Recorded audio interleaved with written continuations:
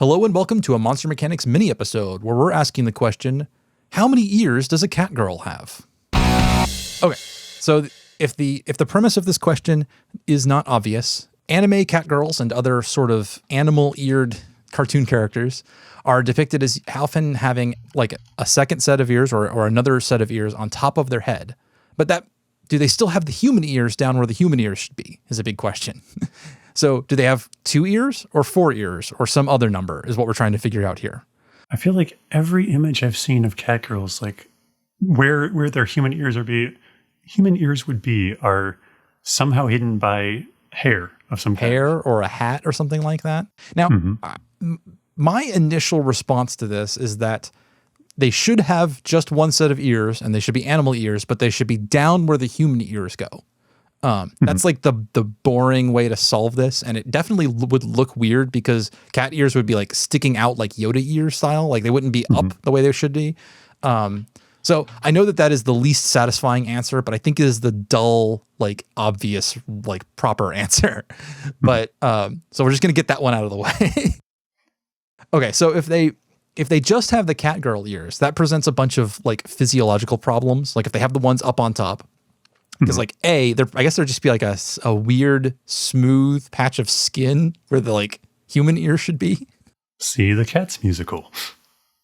I guess that could be covered with hair. But then also it means that like within the upper part of the skull, there should be like an ear canal and like their own inner ear with the cochlea and the hammer anvil stirrup maneuver in there. And then honestly, that probably means they need some additional musculature built like on top of their skull to like move the ear around, right? Because like just a static catgirl ear up there is no good. So I expect somebody to do some detailed anatomical drawings for us.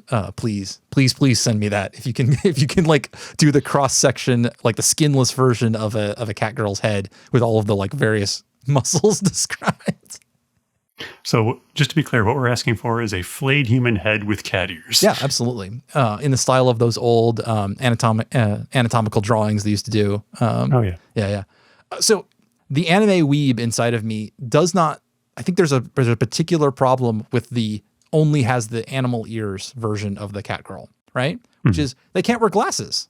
The glasses, like the little ear parts would fall down and they wouldn't be able to wear them. They'd only be able to do the pince-nez style that like clamps to the... Yes, that's the problem with catgirls. Look, if you're going to create a world where you can have catgirls and they can't wear like glasses, then like what's your... You're going to like, make all of those catgirls suffer with less than stellar vision or having to wear contacts, I guess. And I guess if we're talking about catgirls, how big would anime contacts be? Oh, God. Just these little dinner saucers that you just, or teacup saucers. So if you go for they have human ears as well, then what purpose do the catgirl ears serve? Are they both functional? So like, I figure they pick up different frequencies, right? Ooh, that's a good answer. Yeah. So they have like regular human hearing and also like the super high pitched animal hearing as well. That's a pretty good answer, actually, with all the directionality. That's probably going to be that would make them very sensitive to certain kinds of like audio disruption and stuff too. Like, because they've got to be very, I mean, they got 4 ears now. And so that means that like a loud room has got to be really, really loud for them, I bet.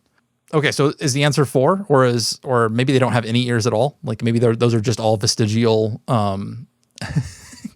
So are all catgirls actually deaf and maybe just really good lip readers? I guess they could have little, like maybe they have regular human ears, but then the structures on top of their ear, on top of their head, the ones that move around and look like ears, but aren't ears, maybe those are just like a social signaling device. Like it's really there only to have like, to convey emotion, like the same way that we have eyebrows, like we can raise and lower our eyebrows and stuff like that, but they have a different signaling process. I guess that could be an interesting way to go for it. Similar to like, I guess a tail on a human would probably still be useful for balance, but also as a social signaling device. Yeah. That's kind of cool. I know that that somebody was working on the cat ear, or not working. It was released as a toy that you could it had a little patch on your forehead and it would react to brain waves, and it would actually make the cat ears move with little servo motors, which is both really, really sad, but also admittedly the cyberpunk transhumanist inside of me is yes, let's do that. Create random ass crap that people can just start wearing to make themselves cyborgs. I'm all about that. Oh, yeah. Okay, so did we come to a conclusion, or did we just talk for 6 minutes? So personally, I'm a fan of the 4 ears. Okay, I think I'm down on 4 ears, with a runner-up being just 2 human ears, but also some things that look like ears. Or that'd be my runner-up. But I think 4 ears is weird enough. Okay, well, that's it for us this week. Join us next week. We will be talking about angels and demons. In the meantime, send us those flayed heads. Please send us drawings of flayed heads. All right, bye. See you. Thank you for listening to this Monster Mechanics mini episode. I'd like to give a special shout out to @EvitableFate on Twitter, who has been sending us some awesome takes on Twitter. Oh my God, do we appreciate it. Now to the credits. Monster Mechanics is produced and edited by me, Scott Paladin, and hosted by myself and my best friend, Zach Jaquays. All of the ideas produced during this podcast are released under a Do What the F You Want public license.